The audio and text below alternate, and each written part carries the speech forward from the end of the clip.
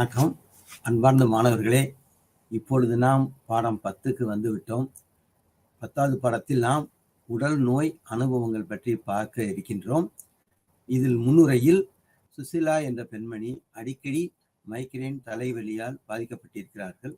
அவர்களால் சரியாக தன்னை கவனிக்க முடியவில்லை. அதனால் அவர் உடலாலும் மனதாலும் பாதிக்கப்பட்டிருக்கிறார்கள். மேலும் கவலை, பயம், துன்பம் இவற்றாலும் அவர்கள் பாதிக்கப்படுகிறார்கள். அடுத்ததாக நாம் பார்க்க இருக்கின்ற இரண்டாவது உதாரணம் சபீனா என்ற பெண்மணி. இவர்கள் 30 வயது கடந்தவர்களாக இருக்கிறார்கள். புற்றுநோய் இவர்களுக்கு இருக்கிறது. அதனால் மிகுந்த கவலை அடைந்தவர்களாக இருக்கிறார்கள். இவரது கணவர் அவர்களுக்கு உதவி செய்வதாக இருக்கிறார். ஆனாலும் அவருடைய அம்மா அவர்கள் மிகவும் கவலைப்பட்டார்கள். இதில் நாம் பார்ப்பது முதல் எடுத்துக்காட்டு வலி சம்பந்தமாக, உடல் வலி சம்பந்தமானதாக இருக்கிறது. இரண்டாவது எடுத்துக்காட்டு கடுமையான ஒரு நோய் அதை பற்றி கூறுவதாக இருக்கிறது. ஒரு வலி அல்லது கடுமையான நோய் இருக்கின்ற பொழுது குடும்பத்தில் உள்ள அனைவரும் நமக்கு கவலைப்படுவார்கள், உதவி செய்ய முன் வருவார்கள். அவர்களுடைய கவனம் அனைவருக்கும் பாதிக்கப்பட்டதாக இருக்கும். அவர்களுக்கு அனைவரும் அதை சராசரியாக எடுத்து அவர்கள் உதவி செய்ய வேண்டிய கட்டாயத்தில் அவர்கள் குடும்ப உறுப்பினர்களும் குழந்தைகளும் இருப்பார்கள். பாடம் 10(2) கடுமையான நாள்பட்ட வலி பற்றி நாம் பார்க்க இருக்கின்றோம். நாம் இந்த பாடத்தை பொறுத்த மட்டும் 2 வகையாக பிரிக்கின்றோம். வலி 6 மாதத்திற்கு உள் இருக்கின்ற வலி என்றும் 6 மாதத்துக்கு மேற்பட்ட கடுமையான வலி என்பதை பற்றியும் பார்க்க வருகின்றோம். முதலாக வலி என்பது திசுக்கள் சிதைதல், நமது உடலில் உள்ள திசுக்கள் சிதைவதால் நமக்கு ஏற்படுவதுதான் வலி என்று சரபினோ ஸ்மித் இவர்கள் 2011ஆம் ஆண்டில் தன்னுடைய ஆய்வுகளில் கூறியிருக்கின்றார்கள். திசு பாதித்தால் மருத்துவ உதவி தேவைப்படுகின்றது. வலியினால் பல முனையில் பாதிப்பு ஏற்படுகிறது. வலியினால் பல வழிகளில் பாதிப்பானது ஏற்படுகின்றது. இதில் உடல், நடத்தை, பற்றறிவு அல்லது காக்னிஷன் அல்லது நமது உணர்வுகளால், அதாவது நாம் ஐம்புலன்களால் அறிவது, இவைகள் பாதிக்கப்படுகின்றன. உணர்வு, ஃபீலிங்ஸ், இவைகளும் பாதிக்கப்படுகின்றன என்று மார்க்ஸ் என்ற ஆய்வாளர் 2008ஆம் ஆண்டு கூறியிருக்கின்றார்கள். வலியானது எதிர்மறையாக பாதிக்கின்றது. நம்முடைய செயல்பாடுகள், சிந்தனை, அன்றாட வேலை அனைத்திலும் எதிர்மறையாக பாதிப்புகளை ஏற்படுத்துகின்றது. ஆனால் வாழ்க்கையினுடைய நடமாட்டம், அன்றாட வாழ்க்கை பாதிக்கப்படுகின்றது.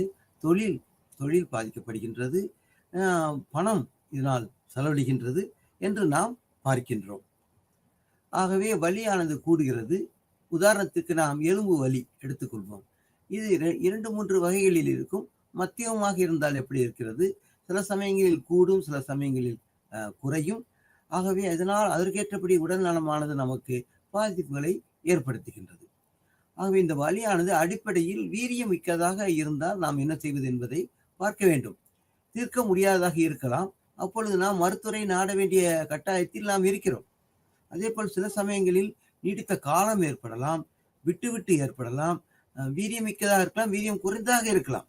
ஆகவே இவைகள் பல்வேறு நிலைகளில், வழிகளில் நமக்கு வலியானது இருக்கிறது. நாள்பட்டது, குறைந்தது, விட்டு அல்லது தற்காலிகமானது என்று நாம் பல முறைகளில், வழிகளில் நாம் வலியினுடைய பண்பை பற்றி பார்க்கின்றோம். ஆகவே உளவியல் சார்ந்ததாகவும் இருக்கிறது. வலியானது நமக்கு மனதளவில் பாதிப்பையும் ஏற்படுத்துகிறது. நாள்பட்ட வலியானது நமக்கு மிக அதிக துன்பத்தை நாம் தருகிறது என்பதை பற்றி பார்த்தோம். உதாரணமாக சாதாரண வலியை பொறுத்த மட்டும், உதாரணமாக தோல் சிராய்ப்பு ஏற்படுகிறது என்று வைத்துக் கொள்வோம். அது ஒரு எளிமையான ஒரு வலிக்கு ஒரு உதாரணமாக இருக்கிறது. ஆகவே இதனுடைய பாதிப்பு எப்படி ஏற்படுகின்றது என்றால், மனதளவில் பாதிக்கின்றது. அது தொடர்ந்ததாக இருக்கலாம், நீட்சியுடையதாகவும் இருக்கலாம். தற்காலிக வலியானது 6 மாதத்திற்குள் இருக்கும்.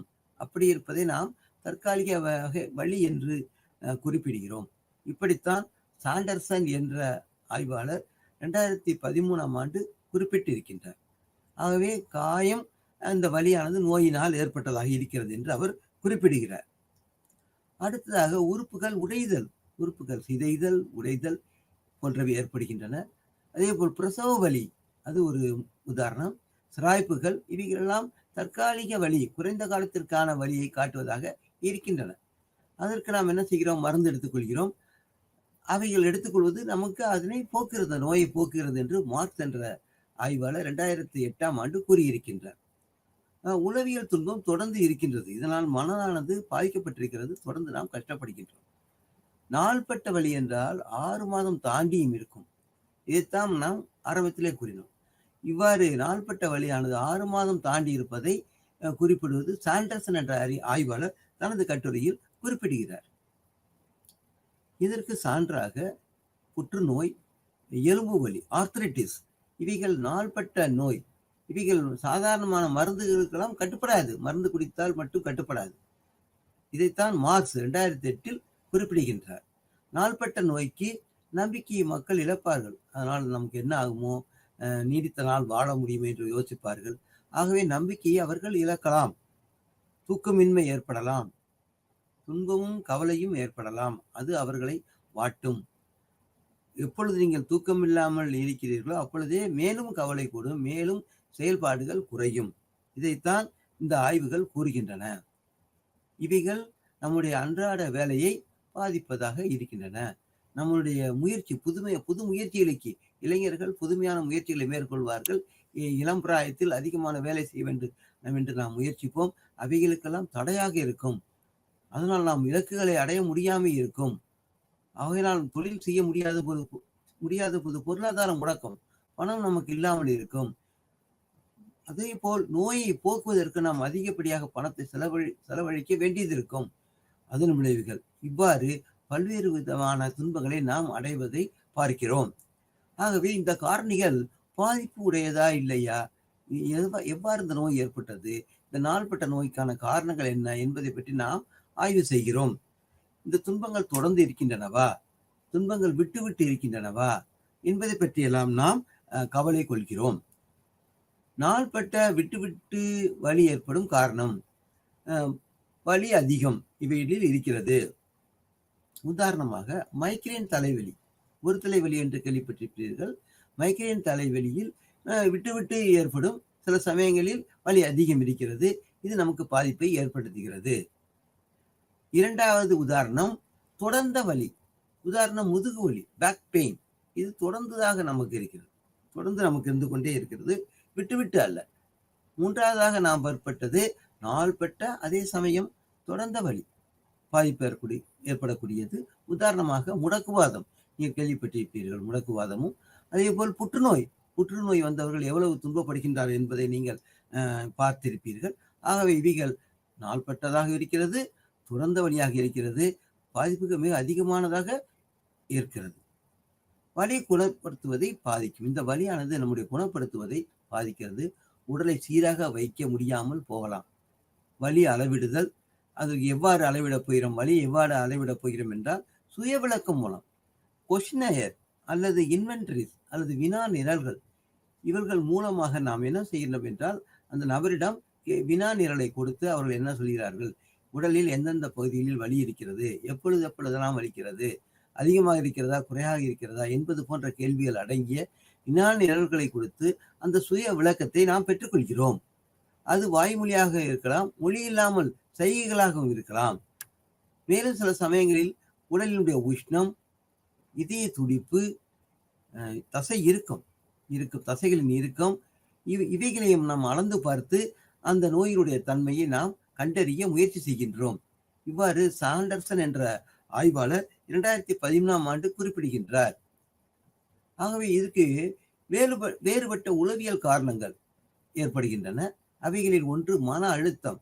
ஏற்கனவே பல பாடங்களில் முன்னாடியும் நாம் மன அழுத்தத்தை பற்றி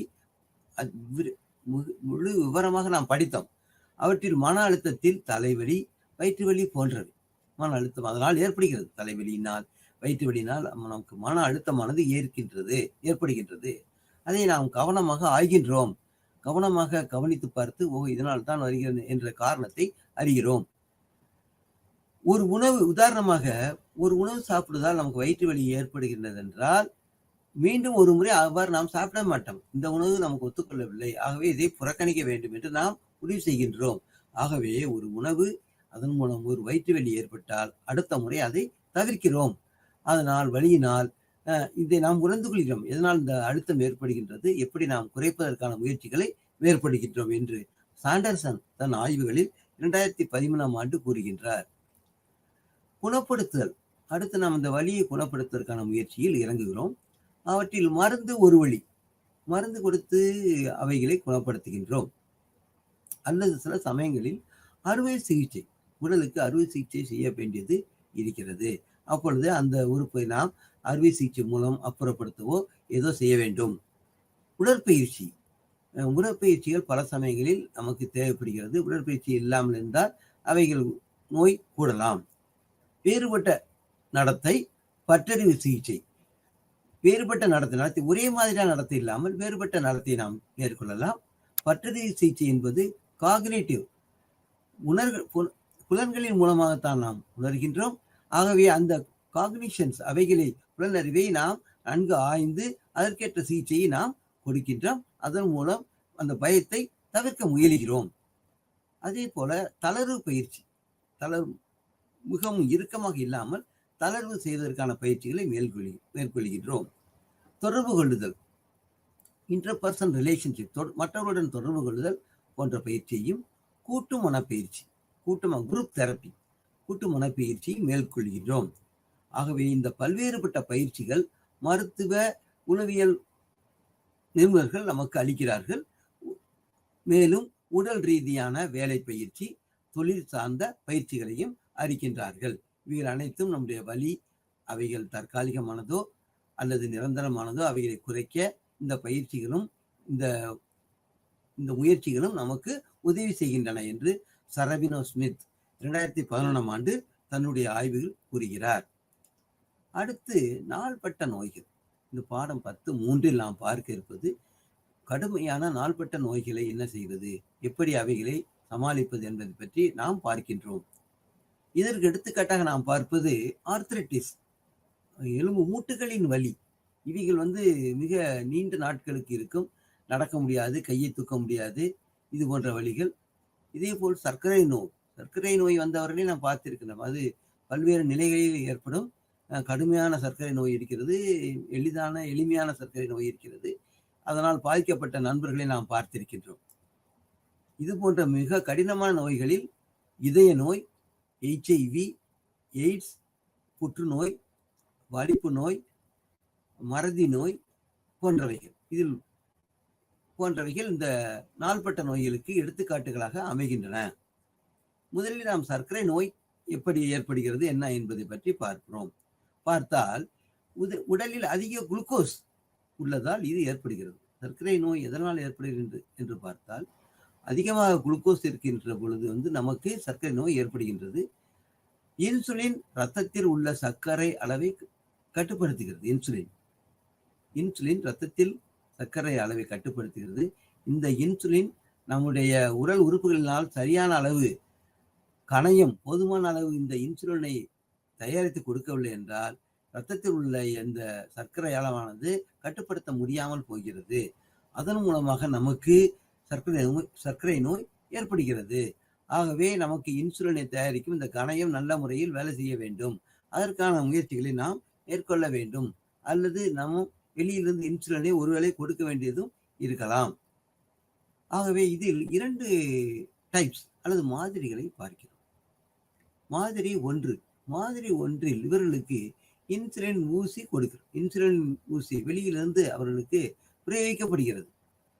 ஆகவே எப்பொழுது நம்ம கணையம் தயாரிக்கவில்லையோ அப்பொழுது நாமே தயாரித்து உடலுக்கு கொடுத்து அதன் மூலமாக சர்க்கரை அளவை, ரத்தத்தில் உள்ள சர்க்கரை அளவை குறைக்க, கட்டுக்குள் கொண்டு வர முயற்சி செய்கிறோம். இது டைப் 1, முதல் மாதிரி. அடுத்து மாதிரி 2, இதில் 40 வயதுக்கு மேற்பட்டவர்களுக்கு இவர்களுக்கு ஏற்படுகிறது. அவர்கள் மருந்து மற்றும் உணவு கட்டுப்பாடுகளுடன் செயல்பட வேண்டும். மருந்து குடிப்பது மட்டுமல்லாமல் எந்த உணவை எடுத்துக்கொள்வது என்பது 3 வேளைக்கும் அந்த உணவு எதை நாம் எடுத்துக்கொள்ள வேண்டும் என்ற கட்டுப்பாடுகளுடன் அவர்கள் இருந்தால்தான் சர்க்கரை அளவை கட்டுப்படுத்த அவர்களால் முடியும். கருவுறுதலில் சர்க்கரை. குழந்தை பிராயத்திலேயே கருவுறுதலிலே சர்க்கரை நோய் வருவதற்கான வாய்ப்புகள் இருப்பதாக சொல்லப்படுகிறது. இந்த மாதிரியான பெண்கள் குளுக்கோஸ் அளவை தொடர்ந்து கண்காணிக்க வேண்டும். மருத்துவரிடம் சென்று நம்முடைய ரத்தத்தில் குளுக்கோஸ் அளவு எவ்வாறு இருக்கிறது, அதை எப்படி கண்காணிக்க வேண்டும், அதை கூட்டவோ குறைக்கவோ முயற்சிகளை மேற்கொள்ள வேண்டும் என்பதுதான் இந்த ஆய்வுகள் கூறுகின்றன. அடுத்து சுயமரியாதை. சர்க்கரை அளவில் சுயமரியாதையும் இருக்கிறது. தனக்கு சர்க்கரை வரக்கூடாது, வந்தால் என்ன செய்ய வேண்டும் என்பதை தான் அறிந்து ஆய்ந்து தெரிந்து வைத்திருக்க வேண்டும். இதற்கு சமூக மக்களும் மற்றவர்களும் உறவினர்களும் பெற்றோரும் நமக்கு உதவி செய்கிறார்கள். சமூக உதவியும் தேவைப்படுகிறது. ஆகவே இந்த சமூக உதவியானது நாள்பட்ட நோயை குறைக்க மிகவும் உதவி செய்கிறது. இதனால் இந்த நாள்பட்ட நோயினால் நமக்கு கவலையும் மன அழுத்தமும் ஏற்படுகிறது. இவைகள் இரண்டும், இந்த கவலையும் மன அழுத்தமும் நம்முடைய சர்க்கரை நோயை கூட்டும்.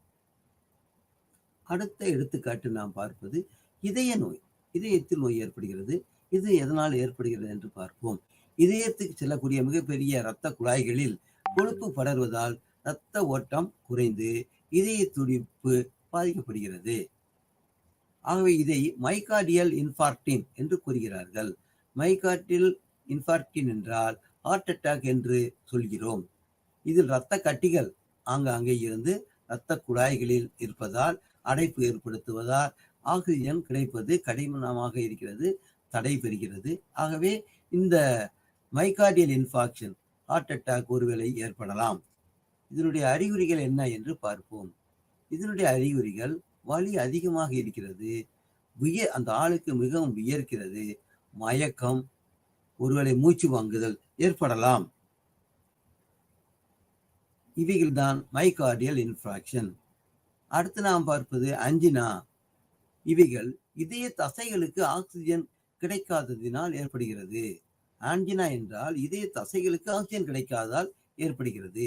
அதிக வலி எங்கே ஏற்படும்? முகம், கழுத்து, தாடை, கைகளின் பின்புறம் ஆகியவை அஞ்சினா அதிக அழுத்தத்தால் ஏற்படக்கூடிய இடங்கள். இந்த இடங்களில் அதிகமான வலியானது ஏற்படுகிறது.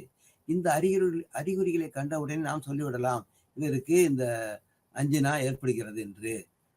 நிலையற்ற அஞ்சினா நெஞ்சுவலி அழுத்தத்தால் ஏற்படும், வலியும் அதிகரிக்கும். இவைகள் நிலையற்ற அஞ்சினா, அடிக்கடியும் இவைகள் ஏற்படும். இதனால் வாழ்க்கை முறை பாதிக்கும். அஞ்சினா ஏற்படும் போது வாழ்க்கை முறை பாதிக்கும், வேலையை அவர் செய்யக்கூடிய தொழிலை பாதிக்கும், கவலை, மன அழுத்தம் ஏற்படும். காக்னிட்டிவ் பிஹேவியர் தெரப்பி அல்லது பிசிடி அல்லது பட்டறிவு நடத்த பயிற்சியானது கொடுக்கப்பட வேண்டும், அவசியம். அழுத்தம் குறைக்க பயிற்சி, ரெடியூசிங் டென்ஷன், ஆகவே மனத்தளர்வு பயிற்சிகள் கொடுக்க வேண்டும். சமூக உதவி நமக்கு தேவையானது இருக்கிறது, குடும்பத்தினுடைய உதவியும் தேவையானதாக இருக்கிறது. அடுத்து நாம் பார்க்க இருக்கின்ற உதாரணம் புற்றுநோய் சம்பந்தமானது. புற்றுநோயை நீங்கள் கேள்விப்பட்டிருப்பீர்கள். இவைகளை நாம் செல்களின் நோய் என்று சரவினோ ஸ்மித் கூறுகிறார். செல்கள், அவைகளில் கட்டிகள் ஏற்படுதல், பாதிப்புகள் ஏற்பட்டால் புற்றுநோய் என்று கூறுகின்றோம். இந்த செல்கள் அதிகமாக உற்பத்தி ஆகின்றன, இதனால் தசை வளர்தல் அதிகமாக இருக்கிறது. ஆகவே இந்த நோயை புற்றுநோய் என்று கூறுகின்றோம். இவைகளில் 5 வகைகள் இருக்கின்றன என்று சரவினோ ஸ்மித் 2011ஆம் ஆண்டு கூறுகின்றார். இதை 5 வகையாக நாம் பிரிக்கின்றோம். முதலாவது வகை கார்சினோமா என்றால் தசை வளர்தல், மூச்சு பகுதி, செரித்தல் பகுதி, கருவுறுதல் பகுதி. இந்த பகுதிகளில் கட்டிகள், செல்கள் அதிகமாக வளர்ந்தால் அதை கார்சினோமா என்று கூறுகின்றோம். 2வது மெலனோமாஸ். மெலனோமாஸ் என்றால் தோல் கட்டிகள் தோன்றுதல். 3வது மாதிரி லிம்போமாஸ், நிணநீர் கலங்கள் சார்ந்த கட்டிகள். நிணநீர் கலங்களில் கட்டிகள் ஏற்பட்டால் அவற்றை லிம்போமாஸ் என்று கூறுகின்றோம். 4வது எடுத்துக்காட்டு சர்கோமாஸ். தசைகள், எலும்பு ஆகியவற்றில் கட்டிகள் ஏற்பட்டால் இதை சர்கோமாஸ் என்று கூறுகின்றோம். 5வது வகை லியூக்கிமியாஸ். இரத்த கட்டிகள், எலும்பு மஜ்ஜை கட்டிகள். எலும்பு மஜ்ஜைகளில் கட்டிகள் ஏற்படுகின்றன. இதன் மூலம் எலும்புகளை பயன்படுத்துவதும் இந்த வெள்ளை அணுக்கள் உற்பத்தியாவது போன்றவைகள் பாதிக்கப்படுகின்றன. ஆகவே இதை குணப்படுத்துவதற்கு அறுவை சிகிச்சை மேற்கொள்ளலாம். இந்த கட்டிகளை அறுவை சிகிச்சை மூலம் அப்புறப்படுத்த நாம் முயற்சி பண்ணலாம்.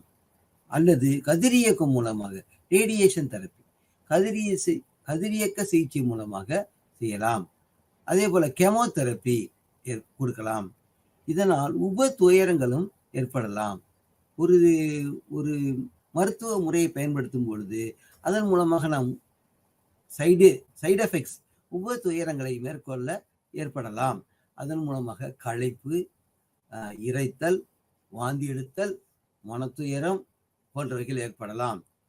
இவைகள் குறைந்தாலும் இவைகளை நமக்கு பிடிக்காததாக இருக்கின்றது, நம்மால் வெறுக்கக்கூடியதாக நமக்கு இருக்கிறது. இதன் மூலம் குடும்பத்தினருக்கு மிக அதிகமான சுமை, நம்மை கவனிப்பதால் அவர்களுடைய வேலையை செய்ய முடியாது, குடும்ப சுமை ஏற்படுகிறது. இதனால் சமூக பாதுகாப்பு அவசியமானதாக இருக்கிறது. மனத்தளர்வு, மன அழுத்தம் போன்றவைகள் ஏற்படுகின்றன. இவைகளை குறைப்பதற்கான முயற்சிகளை மேற்கொள்ள வேண்டும். அவைகள் யோகா, தியானம் போன்றவைகளாகவும் இருக்கலாம். இதன் மூலம் இந்த மன அழுத்தத்தை குறைக்க முயற்சி செய்யலாம் என்று சரபினோ ஸ்மித் 2011ஆம் ஆண்டு தன் ஆய்வுகளில் கூறுகிறார். இது தவிர இசை பயிற்சி, கலைகள் மற்ற பயிற்சிகளை கலைப்பயிற்சி கொடுக்கலாம். ஹிப்னாசிஸ் போன்றவைகளும் அவர்களுக்கு கொடுக்கப்படலாம். குணமாதல் பற்றிய அறிவுரை பயன்படும். இவைகளுக்கு இந்த மாதிரியான வேறுபட்ட பயிற்சிகளை கொடுத்து இசைப்பயிற்சி, கலைப்பயிற்சி, ஹிப்னாசிஸ் போன்றவைகளை கொடுத்து அவர்களை குணப்படுத்த முயற்சி பண்ணுகின்றோம். அடுத்து நாம் பார்க்க இருப்பது எய்ட்ஸ் நோய்.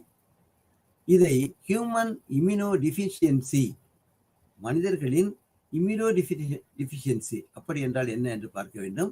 இயற்கையாகவே நமது உடலில் நோய் எதிர்ப்பு சக்தியானது இருக்கிறது. இந்த நோய் எதிர்ப்பு சக்தியானது பால்பட்டு போகிறது, தடைபட்டு போகிறது. எதனால் என்றால் இந்த வைரஸினால் படைபட்டு போகின்ற பொழுது உடல்களில் அங்கங்கு வியாதிகள் உற்பத்தியாக குறிப்பிட்ட கொஞ்ச நாள் சென்றவுடன் எதிர்ப்பு இல்லாததால் நோய்கள் அதிகமாக ஆகும், பரவ ஆரம்பித்துவிடும். இதை எய்ட்ஸ் அல்லது ஹியூமன் இம்யூனோ டிஃபிஷியன்சி வைரஸ் என்று கூறுகின்றோம். எதன் மூலம் பரவுகிறது என்று பார்த்தால் இரத்தத்தின் மூலம் இது பரவுகிறது, அல்லது மனித விந்துகளின் மூலம் இது பரவுகிறது. இதன் மூலம் அடுத்தவர்களுக்கு பரவி ஒட்டுவாரொட்டியாக இது இருக்கிறது. ஒன்று, பாதுகாப்பற்ற உடலுறவில் பாதுகாப்பற்றதாக இருந்தால் இவைகள் ஏற்படுவதற்கான வாய்ப்புகள் அதிகமாக இருக்கிறது. ஆகவே பாதுகாப்பான உடல் உறவை மேற்கொள்ள வேண்டும் என்று வலியுறுத்தப்படுகின்றது. அதே போல் சுகாதாரமற்ற ஊசிகள், இதை நாம் என்ன சுகாதாரமற்ற ஊசிகள் என்று பார்க்க வேண்டும். இந்த மாதிரி லாகிரி வஸ்துக்கள் போன்றவற்றை பயன்படுத்துகின்ற பொழுது மனிதர்கள் ஒருவர் பயன்படுத்தும் ஊசியை மற்றவர்கள் பயன்படுத்திக் கொள்வார்கள். அவர்கள் எந்த தங்கு தடையின்றி பயன்படுத்துவதால் அவருடைய இரத்த ஓட்டமானது ஒருவருடைய ஊசியில் ஒட்டி இருப்பது அடுத்தவருக்கும் போய் அதன் மூலமாக அவருக்கு எய்ட்ஸ் போன்றவை இருந்தால் அந்த இரத்த ஊசிகளின் முனைகளின் மூலமாக அடுத்தவருக்கு பரவுவதற்கான வாய்ப்புகள் இருக்கின்றன. ஆகவே பாதுகாப்பற்ற உடல் உறவு, சுகாதாரமற்ற ஊசிகள் பயன்படுத்துதல் போன்றவைகள் மூலமாக HIV எய்ட்ஸ் ஆனது பரவுவதற்கான வாய்ப்புகள் இருக்கிறது. மூன்றாவதாக நாம் பார்ப்பது தாய் மூலம் குழந்தைக்கு. தாய் எய்ட்ஸ்னால் பாதிக்கப்பட்டவங்களாக இருந்தால் குழந்தைக்கு பரவுவதற்கான வாய்ப்புகள் அதிகமாக இருக்கிறது. அதற்கு ஆன்டி டெட்ரோவைரல் கொடுக்க வேண்டும். ஆன்டி டெட்ரோவைரல் கொடுத்தால் இந்த எதிர்ப்பு சக்தியை மட்டுப்படுத்துவதை குறைக்க முடியும். ஆகவே இந்த வைரல் இந்த நோய் குறைக்கும். HIV நபர்களை நாம் என்ன செய்கிறோம்? HIV நபர்கள் ஒருத்தர் இருக்கின்றார் என்றால் அந்த பக்கத்திலே நாம் போக மாட்டோம். ஆகவே அந்த நபர்களை நாம் ஒதுக்குகிறோம். HIV உடைய நபர்களை நாம் ஒதுக்குகிறோம். அடுத்து நாம் பார்க்கின்ற நோயானது ஆஸ்துமா. இந்த படத்தில் நாம் பார்க்கின்றதெல்லாம் பார்த்தால் பிசிக்கல் எயில்மெண்ட்ஸ், அது பாடியிலே கடுமையான நோய்கள் பற்றி நாம் பார்க்கின்றோம். அடுத்ததாக நாம் பார்ப்பது ஆஸ்துமா. இது எதனால் வருகிறது என்று பார்ப்போம். மூச்சு சுவாசித்தல் நோய், தடைபட்ட மூச்சு பெறுதல். சுவாசித்தலில் அந்த பகுதியில் ஏற்படக்கூடிய நோய்க்கு ஆஸ்துமா, தடைபட்ட மூச்சு பெறுதல் என்று சரபினோ ஸ்மித் 2011ஆம் ஆண்டு ஆய்வுகளில் கூறியிருக்கின்றார். இவைகள் சூழலால் தூண்டப்படலாம். சுற்றுப்புற சூழல்கள் சுத்தமில்லாமல் இருப்பதால், சுகாதாரமாக இல்லாமல் இருப்பதால் தூண்டப்படலாம். சூழல் மாசு ஏற்படுவதாலும் தாவரங்களின் மகரந்த பரவல்களின் காரணமாகவும் ஏற்படலாம். குளிர், மிக மிக அதிகமான குளிர் ஒரு குறிப்பிட்ட காலங்களில் நாம் உணர்கிறோம். அதே போல தனிநபர் மன அழுத்தம் இவைகளின் மூலமாகவும் ஏற்படலாம். ஆகவே இதன் மூலமாக இந்த சுவாச கோளாறானது ஏற்படுகிறது. அதன் மூலம் ஆஸ்துமா நோயானது ஏற்படுகிறது. அடுத்து கடுமையான நோயில் நாம் பார்ப்பது எபிலெப்சி. எபிலெப்சி என்றால் அதனுடைய பொருள் வலிப்பு நோய். வலிப்பு நோய் முன்மூளையில் மின்சார இடர்பாடுகள், ஹைபோதாலமஸ் இவற்றில் முன்மூளையில் மின்சார இடர்பாடுகள், நமது மூளையில் மின்னோட்டம் தான் ஒரு வழியில் நடந்து கொண்டிருக்கிறது. நியூரோ டிரான்ஸ்மிட்டர்ஸ், அந்த மின்னோட்டத்தில் தடைகள் ஏற்படுகின்ற பொழுது, இந்த ஹைபோதாலமஸில் இடர்பாடுகள் ஏற்படுகின்ற பொழுதுதான் நமக்கு இந்த வலிப்பு நோய் வருகிறது என்று சரவினோ ஸ்மித் 2011 தன் ஆய்வில் கூறுகின்றார். இதற்கு உளவியல் சமூக காரணிகள் கூட இருக்கின்றன. மன அழுத்தம், கவலை, உணர்வுகளை தூண்டுதல் போன்றவைகளும் ஏற்படுகின்றன. ஆகவே வலிப்பு நோயினால் மன அழுத்தம், கவலை, உணர்வு அதிகமாக தூண்டப்படுகின்றது, ஏற்படலாம். மற்றவர்கள் காணும்போது அவலமாய் தோன்றும். இந்த வலிப்பு நோயால் மற்றவர்கள் பார்த்து எள்ளி நகையாடுவதற்கு காரணமாக அமையும். ஆகவே அவர்களுக்கு அவலமாய் இது தோன்றும். குடும்ப நண்பர்களும் இதற்கான உதவிகளை செய்ய சிரமப்படுவார்கள். வலிப்பு நோய் ஏற்பட்டவர்களுக்கு உதவி செய்வதற்கு குடும்ப நண்பர்களும் மிகவும் சிரமப்படுவார்கள். ஆகவே நோய் பற்றி மிகுந்த அதிர்ச்சி அடைவார்கள். அதை எதிர்ப்பார்கள். அவர்கள் விரும்பவில்லை, எதிர்ப்பார்கள். இதை நாம் பார்க்கின்றோம். இதுதான் எபிலெப்சி நோயினுடைய தன்மையாக நமக்கு இருக்கின்றது. இப்பொழுது சமாளிக்கும் முறைகள், இந்த நோய்களை நாம் எவ்வாறு சமாளிக்க போகிறோம்? சமாளித்தல் பல காரணிகள் இருக்கின்றன. நோய் எவ்வாறு இருக்கிறது, எவ்வளவு வீரியமாக இருக்கிறது என்பதை பார்க்க வேண்டும். நோயாளியுடைய தாங்கும் சக்தி எவ்வளவு வீரியமாக இருக்கிறது என்பதை பார்க்க வேண்டும். பின்புலமாக எவ்வளவு பேர் ஆதரவாக இருக்கிறார்கள், பெற்றோர்களோ மற்றவர்களோ அல்லது மருத்துவ நிலையத்திலோ எவ்வளவு ஆதரவு கிடைக்கிறது என்பதை பற்றி பார்க்க வேண்டும். உதவி பெறுதல், சமூக காரணிகள், இந்த சமூகம் மற்றவர்கள் அவர் வசிக்கும் இடத்தில் இருப்பவர்கள் எவ்வளவு உதவி செய்ய போகின்றார்கள் என்பதை பார்க்கின்றோம். இவைகள் எல்லாம் சேர்ந்ததுதான் இந்த சமாளிக்கும் முறையில் வருகிறது என்று சரவினோ ஸ்மித் 2011 தன்னுடைய ஆய்வில் கூறியிருக்கின்றார். நோய் தன்மை உயிரை மாய்க்கக்கூடியதாக இருக்கிறதா, வலிமையுடையதாக இருக்கிறதா போன்றவற்றை நாம் கவனமாக ஆய்வு செய்கின்றோம். உறுப்புகளின் அமைப்பை மாற்றுமா, இந்த நோயானது உறுப்புகளை இல்லாமலே ஆக்கிவிடுமா, மாற்றிவிடுமா என்பது போன்ற வினாக்களுக்கும் விடை பெற நாம் முயற்சி செய்கிறோம். இது இந்த வலிப்பு நோயினால் மற்றவர்கள் நம்மை கேலி செய்வார்கள். தனிநபர் காரணி, தனிநபர் அந்த நோயை எவ்வாறு எதிர்கொள்கிறார், எவ்வளவு வலிமையாக எதிர்கொள்கிறார் என்பதும் காரணமாக இருக்கிறது. இதுபோக தனிநபருடைய வயதானது ஒரு முக்கிய பங்கு வகிக்கிறது.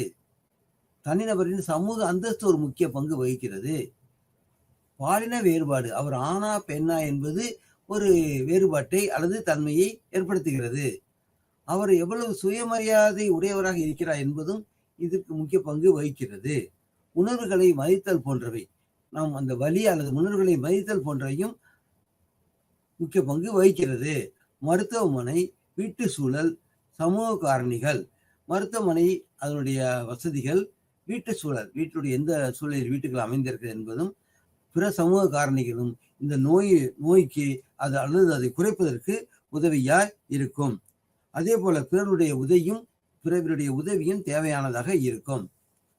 ஆகவே நோய் கண்டறிதல், மருத்துவம் பார்த்தல், சமூக உதவி இவைகளில் ஆலோசனை தேவை. இதில் இடையீட்டு உதவியும் தேவைப்படுகிறது. தற்காலிகமாக உடனடியான சில உதவிகளை நாம் செய்ய வேண்டியதாக இருக்கிறோம். உளவியல் இடையீட்டு ஆலோசனையும் தேவை. அதற்கு கவுன்சிலிங், அந்த மாதிரியான பாதிக்கப்பட்டவருக்கு கவுன்சிலிங் மற்ற உதவிகளையும் ஒரு உளவியல் நிபுணர் கூறுகின்றார் என்று சரவினோ ஸ்மித் 2011 தன்னுடைய ஆய்வில் கூறுகின்றார்.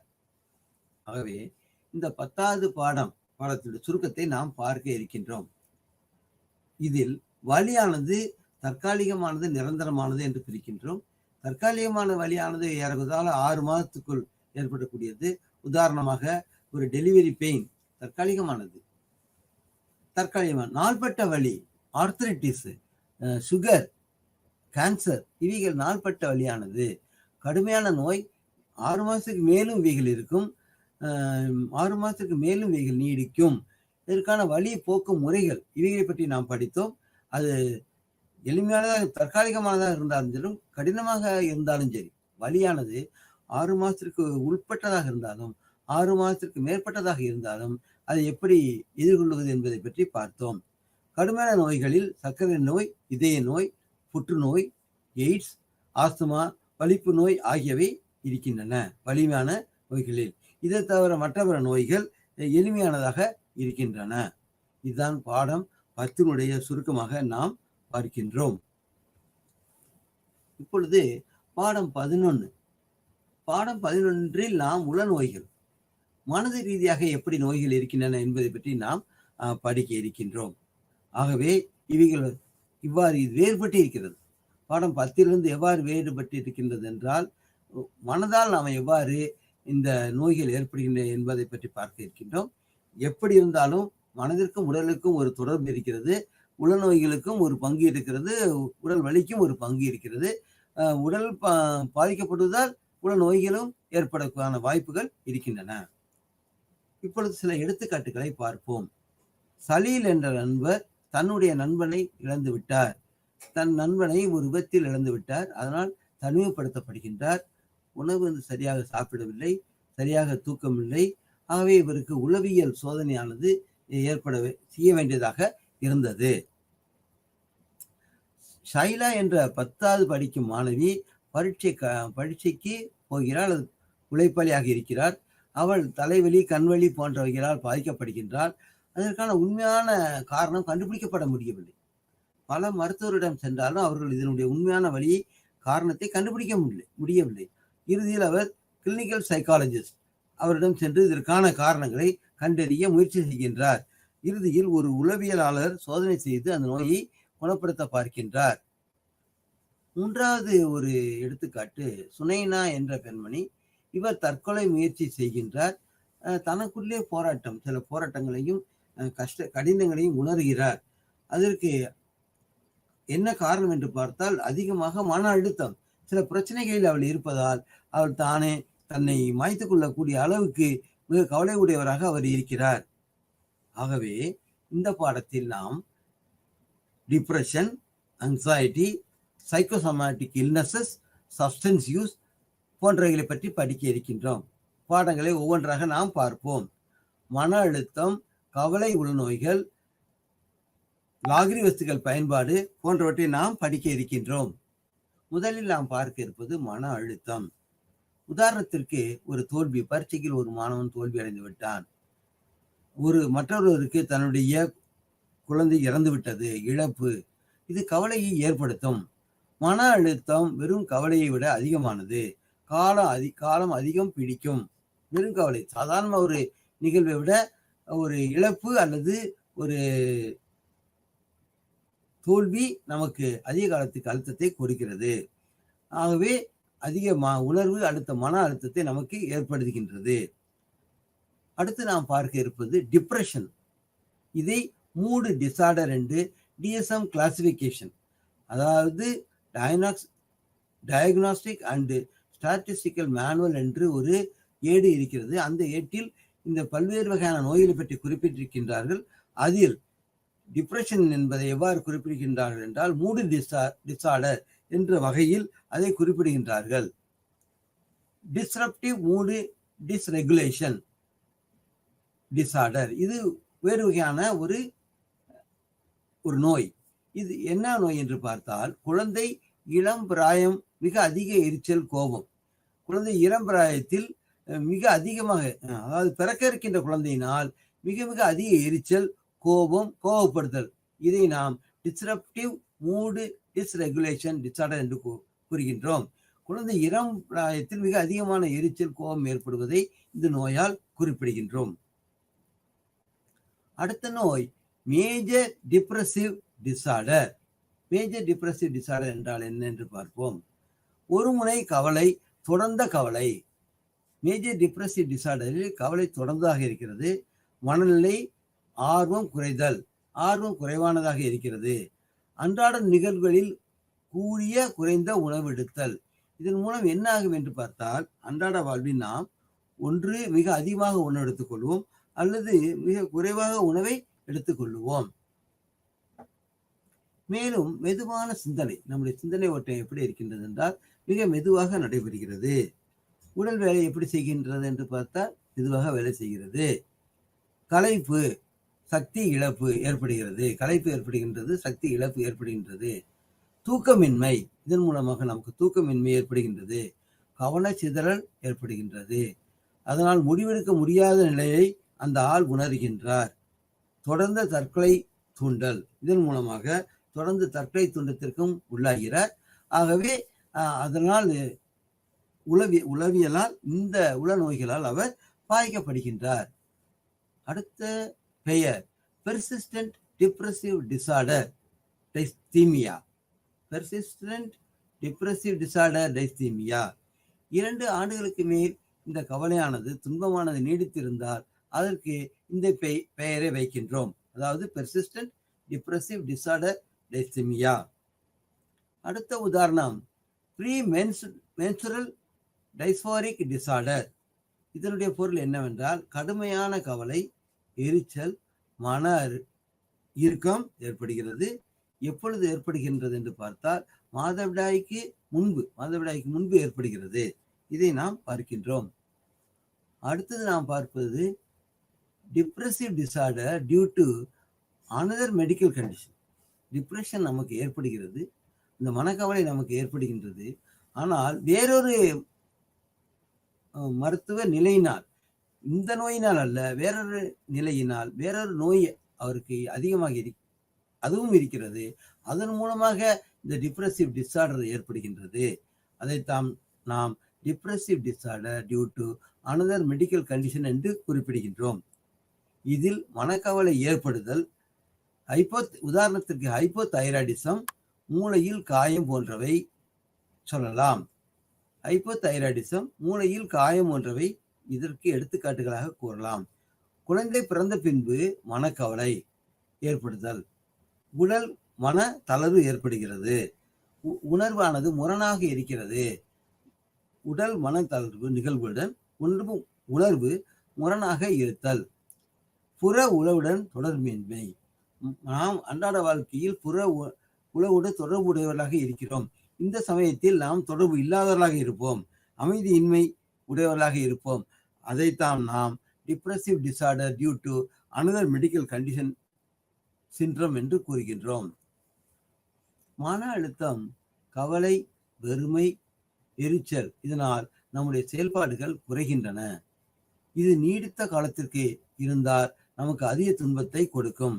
இந்த ஆய்வுகள் எவ்வளவு இருக்கிறது, எப்படி இருக்கிறது என்பதை ஆய்வுகள் உரிய கருவிகளுடன் மேற்கொள்ளல் வேண்டும். வெறுமன அறிகுறிகள் மட்டும் நாம் முடிவு செய்து விட முடியாது இவர் குறிப்பிட்ட உளநோயினால் பாதிக்கப்பட்டிருக்கிறார் என்பதை. அதனால் தான் இவருக்கு மன அழுத்தம் ஏற்பட்டிருக்கிறது என்று கூற முடியாது. இதை முடிவு கொண்டு வர வேண்டும் என்றால் நாம் உரிய கருவிகளுடன் மேற்கொள்ளல் வேண்டும். உலக சுகாதார மையம் மன அழுத்தம் செயல்பாடுகளை பாதிக்கும் என்று குறிப்பிட்டிருக்கிறது. உலக சுகாதார மையமானது தன்னுடைய ஆய்வுகளில் இந்த மன அழுத்தமானது செயல்பாடுகளை அதிகம் பாதிக்கும் என்றும் நாம் செய்ய முடியாது என்றும் குறிப்பிட்டிருக்கின்றது. குடும்பம், பிறர் தொடர்பு, குடும்பத்திலும் சரி வெளி உலகிலும் பிறர் தொடர்பானது பாதிக்கும். செலவு அதிகம் பிடிக்கும், இதற்காக நாம் செலவு அதிகமாக செய்ய வேண்டியது இருக்கும் என்று ரே என்ற ஆய்வாளர் 2015ஆம் ஆண்டு கூறியிருக்கின்றார். தொழில் செய்கின்ற பொழுது குடும்பம் நடத்த பாதிப்பு. ஆகவே தொழில் செய்யும் போதும் குடும்பம் நடத்துவதற்கு இந்த அழுத்தத்தினால் பாதிப்பு ஏற்படுகிறது. மருத்துவம் பார்க்காவிடில் சிரமங்கள் அதிகமாகும். இந்த உள்நோய்களை அவ்வப்போது நாம் மருத்துவரிடம் சென்று காண்பிக்க வேண்டும். அப்படி இல்லாவிட்டால் சிரமங்கள் அதிகமாகும்.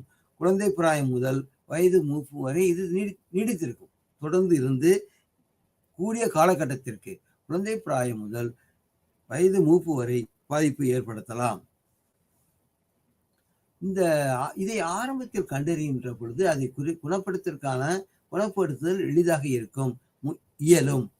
மூளை செயல்பாடு, நரம்பு மண்டலம் ஆகியவற்றுடன் தொடர்பு.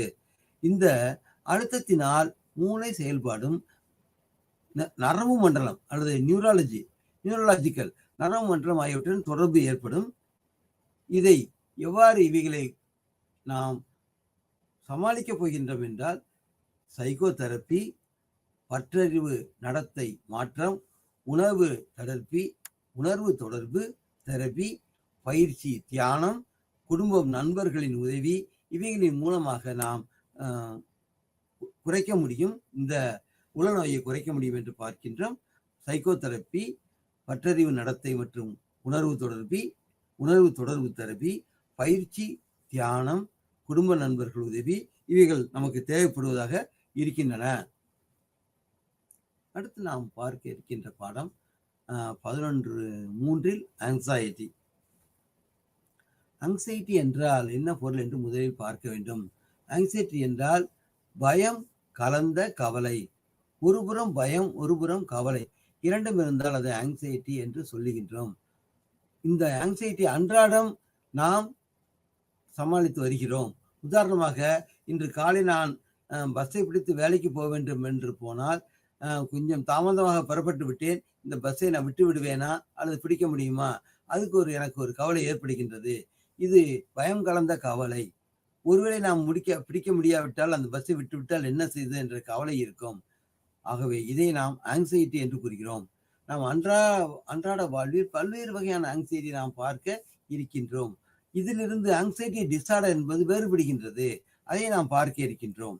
ஆகவே ஆங்ஸைட்டி என்றால் துன்பம், கவலை, நீண்ட கால முடிவெடுக்க முடியாத பயம், உடல், மனம், உணர்வு மாற்றம் தரக்கூடியது.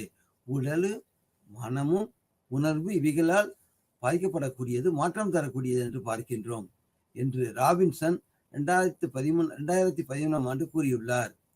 இதில் ஒவ்வொரு நபரும் உணரக்கூடியதாக இது இருக்கிறது. இந்த நோயை ஆங்ஸைட்டி டிஸார்டர் என்று கூறுகின்றோம். இது செயல்படுவது கடினம், நரம்பு தளர்ச்சி, பயம் ஏற்படுகின்றது இதில். ஆகவே இதை சரி செய்வது கடினம் என்று கூறுகின்றார்கள். தொடர்ந்து ஆங்ஸைட்டி இருந்தால் இது உடலையும் மனதையும் பாதிக்கும். மூச்சிறைப்பு, இதய துடிப்பு அதிகமாக ஏற்படும். மூளைக்கு அதிக இரத்தம் பாய்தல் ஏற்படும். அதிக அழுத்தம் ஆங்ஸைட்டியை தூண்டும். லாகிரி வஸ்து பயன்படுத்துவது போலவும், அதிக மருந்து உட்கொள்வதும், உணவு செரித்தல், நோய் பரவுதல், மூச்சு வாங்குதல் போன்றவை ஏற்படுகின்றன. இந்த பகுதிகளில் இதய வேலை ஆகியவற்றையும் இந்த பகுதிகளில் நமக்கு பாதிப்புகளை ஏற்படுத்துகின்றன என்று லியோனார்டு 2018 ஆண்டு தன் ஆய்வில் கூறுகின்றார். அடுத்து நாம் பார்க்க இருப்பது ஆங்ஸைட்டி டிஸார்டர். இந்த இரண்டையும் எவ்வாறு வேறுபடுத்துவது? நான் ஏற்கனவே கூறினேன், ஆங்ஸைட்டி என்றால் பயம் கலந்த கவலை. நாம் அன்றாட வாழ்வில் ஒவ்வொரு முறையும் விளையாடும் போதும் சரி, வேலைக்கு போகும்போதும் சரி, நாம் ஆங்ஸைட்டியை மேற்கொள்கிறோம், அப்புறம் நாம் சமாளிக்கின்றோம். இப்பொழுது இந்த இடத்தில் நாம் ஆங்ஸைட்டிக்கும் ஆங்ஸைட்டி டிஸார்டருக்கும் உள்ள வேறுபாட்டை பார்க்க போகின்றோம். ஆங்ஸைட்டி என்பது ஸ்ட்ரெஸ்ஸுக்கு மாற்று. ஸ்ட்ரெஸ் என்றால் அழுத்தம், அழுத்தத்திற்கு மாற்றாக இருப்பது ஆங்ஸைட்டி. ஸ்ட்ரெஸ் என்றால் சமாளித்தல், அதே போல ஆங்ஸைட்டி என்றால் சமாளித்தல் என்ற பொருளும் உண்டு. ஆங்ஸைட்டி டிஸார்டர் ஆனது உடல் மன அறிகுறிகள், கவலை, செயல், தொழில் செய்வது கடினமாக இருக்கும். ஆங்ஸைட்டி டிஸார்டரில் உடல் மன அறிகுறிகள் தென்படும். இந்த கவலையினால் செயல்படுவது கடினம், தொழில் செய்வது கடினமாக இருக்கும். இதை நாம் ஆங்ஸைட்டி டிஸார்டர் என்று கூறுகின்றார். அதை அவர் விளக்கின்ற பொழுது செப்பரேஷன் ஆங்ஸைட்டி டிஸார்டர் என்று ஒன்று இருக்கிறது என்று கூறுகின்றார். செப்பரேஷன் ஆங்ஸைட்டி டிஸார்டர் என்றால், நம்மை விட்டு பிரிந்து, எனது மனைவி பிரிந்து விட்டு போய்விட்டால், எனது குழந்தை பிரிந்து விட்டு போய்விட்டது, இதை செப்பரேஷன் ஆங்ஸைட்டி டிஸார்டர் என்று குறிப்பிடலாம். இந்த பிரிதலால் அன்றாட செயல்பாடுகள் பாதிக்கப்படலாம். இதுதான் நாம் பார்ப்பது. அடுத்து நாம் பார்ப்பது செலக்டிவ் மியூட்டிசம். இதன் பொருள் என்ன? குழந்தை பிராயத்தில் பேச இயலாமை. குழந்தையாக இருக்கின்ற பொழுது அந்த குழந்தை பேச இயலவில்லை, முடியவில்லை. பிற இடங்களில் குழந்தைகள் பேசுவார்கள், ஆனால் பள்ளியில் வந்தால் பேசாமல் இருப்பார்கள். இதை நாம் செலக்டிவ் மியூட்டிசம் என்று கூறுகின்றோம். பேனிக் டிசார்டர், மிகுந்த பயம் இருந்தால் அதை பேனிக் டிசார்டர் என்று கூறுகின்றோம். அடிக்கடி துன்பத்துடன் இருந்தால் பேனிக் டிசார்டர் என்று கூறுகின்றோம். இது முழுமையும் மனம் சார்ந்ததாக இருக்கிறது. இதுதான் பேனிக் டிசார்டர். அக்ரோபோபியா, அக்ரோபோபியா என்றால் காரணமற்ற பயம், காரணமே இல்லாமல் பயம் ஏற்பட்டால் அதை அகோரோபோபியா என்று கூறுகின்றோம். அகோரா என்றால் வெளி இடத்தில், வெளியில் நாம் வருகின்றோம், வெளியில் ஆட்களை பார்க்கின்றோம், பேசுகின்றோம், இதுதான் வெளியிடம். அகோரா ஓப்பன் ஸ்பேசஸ், அந்த இடத்தில் உதவி கிடைக்காமல் போகலாம். அகோரோபோபியா என்றால் ஏதோ ஒரு தனிமையான இடத்தில் போயிருக்கிறோம், நாம் உதவி தேவைப்படுகிறது, ஆனால் அந்த இடத்தில் உதவி கிடைக்காமல் போகலாம் என்பது கூறப்பட்டுள்ளது. இந்த நோய் வெளியே அடிப்படையான இடங்களை பொழுதுபோக்கு பயன்பாட்டுக்கு பயன்படுத்தலாம். கூட்ட நெரிசலில் இது ஒரு உதாரணமாக இருக்கிறது. ஆகவே இந்த நோய் வெளியே அடைப்பான இடங்களில் ஏற்படக்கூடியதாக இருக்கிறது. அடுத்து நாம் பார்க்கின்ற மாதிரி ஸ்பெசிபிக் போபியா. ஸ்பெசிபிக் போபியா என்றால் குறிப்பிட்ட பயம், குறிப்பிட்ட சில பொருட்கள், சூழல்கள், நிகழ்வுகள் போன்ற செயல்களால் ஏற்படுகின்றது. சில பொருட்கள், சூழல்கள், நிகழ்வுகளால் ஏற்படுகின்றது. இவைகளில் நாம் என்ன இருக்கின்றோம் என்றால் பயமும் சமாளித்தலும் கடினமானதாக இருக்கிறது. பயமும் சமாளித்தலும் கடினமானதாக இருக்கிறது. அடுத்து நாம் பார்க்கின்ற மாதிரி சோசியல் ஆங்ஸைட்டி டிசார்டர் அல்லது சோசியல் போபியா. பொது உலகில் பேச சமூக அரங்கில் கலக்க பயம். சமூக அரங்கில் நம் மனதிற்கு ஏற்பட்டது எந்த சொல்லையும் சொல்லி பேசி நாம் சந்தோஷமாக இருக்க முடியாது. ஆகவே சமூக அரங்கில் ஒரு பயத்தோடு இருந்தால் அதை நாம் சோசியல் ஆங்ஸைட்டி டிசார்டர் என்று கூறுகின்றோம். அடுத்து நாம் பார்க்க இருப்பது ஜெனரலைஸ்டு ஆங்ஸைட்டி டிசார்டர். பொதுவான செயல்பாடுகள் பாதிப்புகள் ஏற்பட்டால், பொதுவான செயல்பாடுகள் பாதிப்புகள் இருந்தால், அவற்றை குறைப்பதற்கான முயற்சிகள் இருந்தால் அதை ஜெனரலைஸ்டு ஆங்ஸைட்டி டிசார்டர் என்று குறிப்பிடுகின்றோம். அடுத்து நாம் பார்ப்பது substance induced anxiety disorder. Substance induced anxiety disorder என்றால் என்ன என்று பார்க்கின்ற பொழுது, சப்ஸ்டன்ஸ் என்றால் இந்த லாகிரி வஸ்துக்கள். லாகிரி வஸ்துக்கள் நாம் எடுத்துக்கொள்வதால் நம்முடைய அந்த அழுத்தமானது அதிகரிக்கிறது, அமைதியின்மையானது ஏற்படுகின்றது, நரம்பு தளர்ச்சி ஏற்படுகின்றது, பய தாக்குதல் ஏற்படுகின்றது. பயத்தினால் அந்த சமயத்தில் தாக்கப்படுகின்றோம். குடி, லாகிரி வஸ்துவின் பயன் அல்லது நிறுத்தம். குடிகாரனாக இருத்தல், லாகிரி வஸ்துகளின் பயன் கூடவோ குறைவாகவோ இருத்தல். Anxiety disorder attributable to another medical condition. இவ்வாறு அந்த ஆங்ஸைட்டி டிசார்டர் அல்லது வெளியில் வரக்கூடிய அந்த பயமானது வேறொரு நிலைக்கு ஒப்பிட்டு பார்க்கப்படுகின்றது. Anxiety disorder attributable to another medical condition. சில வகையான உடல் பாதிப்புகள் கவலையும் பயமான தாக்குதல்களையும் ஏற்படுத்துகின்றன. Other specified unspecified anxiety disorder. அப்படி என்றால் மேலும் குறிப்பிடப்பட்ட அல்லது குறிப்பிடப்படாத ஆங்ஸைட்டி டிசார்டர். மேலும் சில வகையானவைகளை குறிப்பிடுகின்றோம், சில வகையானவர்களை குறிப்பிடவில்லை. இவ்வாறு குறிப்பிடப்படாத ஆங்ஸைட்டி டிசார்டரை நாம் பார்க்க இருக்கின்றோம். சில சமயங்களில் ஆங்ஸைட்டி டிசார்டர்களுக்கான காரணங்கள் கண்டறியப்பட முடியாமல் இருக்கலாம். இதை சொல்லுவர் ஜெகலோவ்ஸ்கி 2020ஆம் ஆண்டு. செகலோவ்ஸ்கி 2020ஆம் ஆண்டு கூறுகின்றார். அதாவது சில சமயங்களில் டிசார்டருக்கான காரணங்களை கண்டுபிடிக்க முடியாமல் இருக்கலாம். இந்த ஆங்ஸைட்டி டிசார்டர் இதை சிபிடி அல்லது காக்னிட்டிவ் பிஹேவியர் தெரப்பி மூலம் நாம் குறைக்க முயற்சி செய்யலாம். சிபிடி அல்லது காக்னிட்டிவ் பிஹேவியர் தெரப்பி மூலம் குறைக்க முயற்சி பண்ணுகிறோம். மேலும் behaviour therapy, medication therapy, exposure therapy, social skills training school மூலமாகவும் போக்க முயற்சி பண்ணுகிறோம். ஆங்ஸைட்டி டிசார்டர் மேலும் தியானம் போன்றவைகளாலும் இவைகளை நாம் நீக்குவதற்கு முயற்சி பண்ணுகிறோம். இப்பொழுது நாம் பாடம் 11க்கு வந்திருக்கின்றோம். இதில் சைக்கோசோமாட்டிக் இல்னஸஸ், உளவியல் காரணியுடன் கூடிய நோய்கள், மனதில் நோய்கள் ஏற்படுதல். இதை சைக்கோசோமாட்டிக் இல்னஸஸ் என்று குறிப்பிடுகின்றோம். மனதில் நோய் உடலில் வெளிக்காண்பிக்கும். மனதினுடைய நோயானது உடலில் வெளிக்காண்பிக்கிறது. அது வைசி வருஷா, அல்லது உடலினுடைய நோயானது மனதிலும் வெளிக்காண்பிக்கும். நோய் என்பது உடலை மனதை பாதிக்கும். பேய்ஸ் என்ற அறிஞர் 2015ஆம் ஆண்டு கூறுகின்றார். இதில் சக்தியின்மை, தலைவலி, வயிற்றுப்போக்கு போன்றவை இருக்கின்றன என்று காட்ஸ் என்ற அறிஞர் 2017ஆம் ஆண்டு கூறினார். பேய்ஸ் என்ற ஆய்வாளர் 2015ஆம் ஆண்டு உளவியல் அறிகுறிகளை காண்பிக்கும் என்று குறிப்பிட்டார். உளவியல் அறிகுறிகளை இவைகள் காண்பிக்கின்றன என்று குறிப்பிட்டார். தொடர்ந்த உடல் நோய் கவலையை காண்பிக்கும். தொடர்ந்து இவைகள் இருந்தால் அது கவலையை காண்பிக்கும். வயிற்று உபாதை, மிக அதிக அழுத்தம், வயிற்று உபாதையானது ஏற்படுகிறது. மிக மிக அதிக அழுத்தம் சில சமயங்களில் ஏற்படலாம். உளவியல் நோய்கள் தனிநபர் குணநலன், சூழல் தன்மை. இந்த உளவியல் நோயானது அது டிப்ரெஷனோ ஆங்ஸைட்டியோ அது தனிநபருடைய குணநலன் சார்ந்தது, தனிநபருடைய சூழல் அதை சார்ந்தது, தனிநபருடைய தன்மை அதை சார்ந்தது, பாரம்பரிய குணம் அவைகளை சார்ந்தது. கற்றலின் மூலமும் இருக்கலாம். சில சமயங்களில் அவர் கற்றறிந்ததால் புத்தகங்களின் மூலம் கற்றதன் மூலமாகவும் இந்த அறிவு ஏற்பட்டு கொள்ளலாம். அடுத்து நாம் பார்க்க இருப்பது ஸ்ட்ரெஸ், ஆங்ஸைட்டி அண்ட் டிப்ரெஷன். ஏற்கனவே நாம் பார்த்து விட்டோம். ஸ்ட்ரெஸ் என்றால் மன அழுத்தம், ஆங்ஸைட்டி என்றால் பயம் கலந்த அழுத்தம், பயம் அல்லது கவலை கலந்த அழுத்தத்தை ஆங்ஸைட்டி என்று கூறுகிறோம்.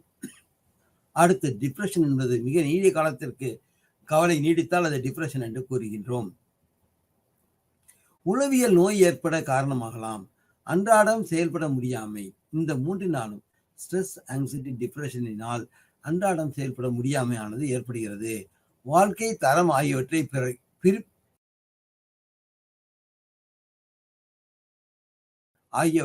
பாதிக்கலாம்.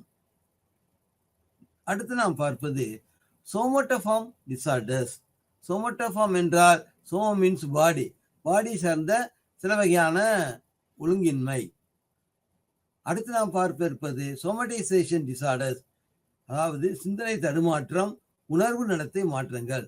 சிந்தனை தடுமாற்றம், உணர்வு நடத்தை மாற்றங்கள் பற்றி நமது கல்வி அறிவு இருந்தால் அதை நாம் சோமடைசேஷன் டிசார்டர், சிந்தனை தடுமாற்றம், உணர்வு நடத்தை மாற்றம் என்று கூறுகின்றோம். உளவியல் காரணிகள். உடல் செயல் மாற்றங்கள் அவர்கள் கவலையிலும் காலத்தை அதிகமாக செலவு செய்யுதல். உடல் அறிகுறி தொடர்புடைய நோய். உடல் செயல் மாற்றங்கள் அவர்கள் கவலையிலும் காலத்தை அதிகமாக செலவு செய்வார்கள் என்று கூறுகின்றது. உளவியல் காரணங்களினாலும் காலத்தை அதிகமாக அவர் செலவு செய்ய வேண்டியதாக இருக்கிறது. உடல் அறிகுறி தொடர்பான நோய், DSM-5 பையில் குறிக்கப்பட்ட நோய்கள் நமக்கு வந்தால் அவைகளையும் நாம் போக்குவதற்கான முயற்சிகளை மேற்கொள்ள வேண்டும். சோமாட்டிக் சிம்டம் டிசார்டர். சோமா என்ற பாடி, பாடி சிம்டம் டிசார்டர். இதில் வலி, களைப்பு, உணர்வு, துன்பம், அன்றாட செயல்களில் தடை போன்றவை இருக்கின்றன. அதற்கு அடுத்ததாக இல்னஸ், ஆங்ஸைட்டி டிசார்டர் அல்லது ஹைப்போசாண்ட்ரியாசிஸ் என்று பார்க்கின்றோம். அதாவது பயம் காண்பித்தல், கொடிய நோய் அடைய போயிடும். ஒரு தனிநபரானவர் நாம் கொடிய நோயால் பிடிக்கப்பட போகின்றோம் என்று பயப்படுவது என்பதுதான் இல்னஸ், ஆங்ஸைட்டி டிசார்டர் அல்லது ஹைப்போசாண்ட்ரியாசிஸ். அடுத்து கன்வர்ஷன் டிசார்டர். கன்வர்ஷன் என்றால் மாற்றுவது. நரம்பு அறிகுறிகள், இயந்திர வகையான உணர்வுகள், செயல்பாடுகள் போன்றவற்றை கன்வர்ஷன் டிசார்டர் என்று கூறுகின்றோம். Psychological disorder, psychological factors affecting other medical conditions. Fictitious disorder, இவைகள் உணர்வுகள் சார்ந்தது. மற்றவர்கள் தன்னை காணும்போது நோயாளி போல் தோற்றமளிப்பார்கள். இதை நாம் என்ன சொல்கின்றோம் என்றால் psychological factors affecting other medical conditions அல்லது ஃபிக்ஷியஸ் டிசார்டர் என்று கூறுகின்றோம். Other specified and unspecified somatic symptoms and related disorder. Other specified, ஒருவேளை இதில் குறிப்பிடப்பட்டதாக இருக்கலாம் அல்லது குறிப்பிடப்படாமல் இருக்கலாம். இந்த பாடியிலே சோமாட்டிக் சிஸ்டம் என்றால் உடல் கூறு சம்பந்தமான அறிகுறிகள், அது அதற்கு தொடர்புடைய ஒழுங்கின்மை, டிசார்டர் அல்லது நோய், இதை குறிப்பிடுகின்றோம். பல சமயங்களில் அறிகுறிகள் சரியான தோன்றாமலும் போகலாம். சில சமயங்களில் இந்த உளநோய்கள், அது ஸ்ட்ரெஸ்ஸாக இருந்தாலும் சரி, டிப்ரெஷனாக இருந்தாலும் சரி, ஆங்ஸைட்டியாக இருந்தாலும் சரி, அறிகுறிகள் சில சமயங்களில் தோன்றாமல் நோய் கண்டறிய முடியாமலும் போகலாம். இந்த நிலை உடல் அறிகுறி வேறுபாடு அந்த கண்டறிய முடியாமல் போவதை பார்க்கிறோம். ரே என்பவர் 2015ஆம் ஆண்டு தன்னுடைய ஆய்வுகளின் மூலம் கூறுகின்றார், ஒரு சில சமயங்களில் இந்த உடற்கூறுகள் அறிகுறிகள் அவை குறிப்பிட்ட இந்த நோய்தான் என்பதை கண்டுபிடிக்க முடியாமல் இருக்கலாம் என்று குறிப்பிடுகின்றார். இதை சிபிடி, காக்னிட்டிவ் தெரப்பி, பிடி, பாடி தெரப்பி, சொமாட்டிக்ஸ் போன்ற தெரப்பிகளின் மூலம் நாம் நிவர்த்தி பண்ணலாம். Somatic symptom and related disorders, இவைகளை சைக்கோ அனாலிசிஸ், மன அழுத்த பயிற்சிகளின் மூலமாக நாம் சரி செய்யலாம். அடுத்ததாக மன தளர்வு பயிற்சிகள், ரிலாக்ஸேஷன் எக்ஸசைசஸ், இவைகள் மூலமாகவும் மருந்துகளின் மூலமாகவும் வலியை குறைக்க நாம் முயற்சிகளை மேற்கொள்ளலாம். பாடம் 11.5 லாகிரி வஸ்துக்கள், அதன் பயன்பாடுகளை பற்றி பார்க்க இருக்கின்றோம். சைக்கோ ஆக்டிவ் சப்ஸ்டன்ஸ்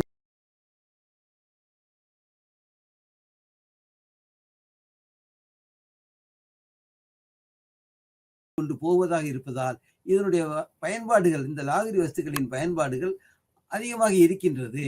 இதை எடுத்துக்கொண்டால் அதை தீமை தரும். தொடர்ந்து பயன்படுத்துவதால் தான் அவைகளுக்கு அடிமையாக ஆகின்றார்கள். அவை உடலுக்கு தீமை தருகின்றது. ஆல்கஹால் போன்றவைகளும் இதே போல்தான் நமக்கு தீமையை தருகின்றது. அதிகமான ஆல்கஹால் பயன்பாடு லாகிரி வஸ்துக்கள் நம்மை அடிமையாக்கும். இதை நடத்தை, பற்றறிவு, உடல் பாதிப்பை ஏற்படுத்தும். இதை திரும்ப திரும்ப நமக்கு தேட சொல்லும். அவை லாகிரியும் இந்த ஆல்கஹாலும் திரும்ப திரும்ப வேண்டுதலை தேடும். நாளடைவில் அதிகமாக தேடும் போது அவை அதே சுகம் கிடைக்கும். ஒரு அளவு அதிகமாக சாப்பிடும் பொழுதுதான் அவர்கள் ஒரு குறிப்பிட்ட அளவு சுகம் கிடைக்கும். ஆகவே அவை தொடர்ந்து அவர்கள் பயன்படுத்துவார்கள். உடல் வஸ்துக்கு ஒத்துப்போகும், மனதாலும் ஒத்துப்போகும். அது இல்லாவிட்டால், இந்த லாகிரி வஸ்துக்கள் இல்லாவிட்டால் தலைவலி, வாந்தி, நடுக்கம் போன்றவைகள் ஏற்படும். இதை நாம் பார்க்கின்றோம். ஓரளவுக்கு இவைகளை நாம் நிவர்த்தி செய்தாலும் இது ரிலாப்ஸ் என்று கூறுகிறார்கள். இந்த நோய்களை தடுத்து இந்த மாதிரி ஒருவர் குடியையோ குடிப்பதையோ நிப்பாட்டி விட்டு மறுபடியும் கொண்டு வந்தால் அதை ரிலாப்ஸ் என்று சொல்கின்றோம். இருந்தாலும் அந்த ஒரிஜினல் நிலை, முன்னிருந்த நிலைக்கு அவர் கொண்டு வர முடியாது என்று கோஷ் 2015ஆம் ஆண்டு ஆய்வுகளில் குறிப்பிடுகின்றார். இதைகள் இன்டர்பர்சனல் ரிலேஷன்ஷிப் தொடர்புகளை இவை பாதிக்கும். சொந்த வேலையை பாதிக்கும், அதனுடைய வேலையுடைய தரத்தையும் பாதிக்கும். இந்த ஊசி குத்துதல் மூலம் ஏற்கனவே நாம் பார்த்தோம். அதன் மூலம் HIV போன்றவைகளும் ரத்தம் பரிமாறப்படுவதால் அதன் மூலம் HIV நோய் ஏற்படும் என்று பார்த்தோம். DSM-5 ஏற்கனவே இந்த அட்டவணையில் ஆல்கஹால், கேஃபைன், கேனபிஸ் போன்றவைகளும், hallucinogens, inhalants, opioids, sedatives, hypnotics, anxiolytics, stimulants, cocaine, tobacco போன்றவைகள் இருக்கின்றன. இதனுடைய அளவு 3 அளவுகளை நாம் பார்க்கின்றோம். மென்மையான அளவு, அதாவது இந்த லாகிரி வஸ்துக்கள் பயன்படுத்துவதால் அளவீடு செய்யும் போது நாம் பார்த்தால் அந்த ஆள் மென்மையான நிலையில் இருக்கின்றான், மத்தியமான நிலையில் இருக்கின்றான். 2, 3 என்ன என்பது மென்மை, 4, 5 அளவு என்பது மத்தியமம், 6 என்பது மிக அதிகம். இதற்கு மாற்று மருந்து நம்ம கொடுக்க வேண்டும். அதற்குத்தான் நாம் சிபிடி அல்லது பிடி, group therapy, group counselling therapy போன்றவற்றை குறிப்பிடுகின்றோம். ஆஸ்துமா போன்றவைகள், இவைகள் நிறுத்தினால் உடல் மனம் பாதிக்கும். இந்த நோய்களினால் உடல் மனமானது உடனடியாக நிறுத்தின்ற போது அவை பாதிக்கின்றது. இது போன்றவற்றை இந்த பாடத்தை நாம் பாடம் 10, 15 படித்தோம். மீண்டும் அடுத்த பாடத்தில் இதனுடன் தொடர்ந்து மற்றவைகளை படிக்கலாம். நன்றி, வணக்கம்.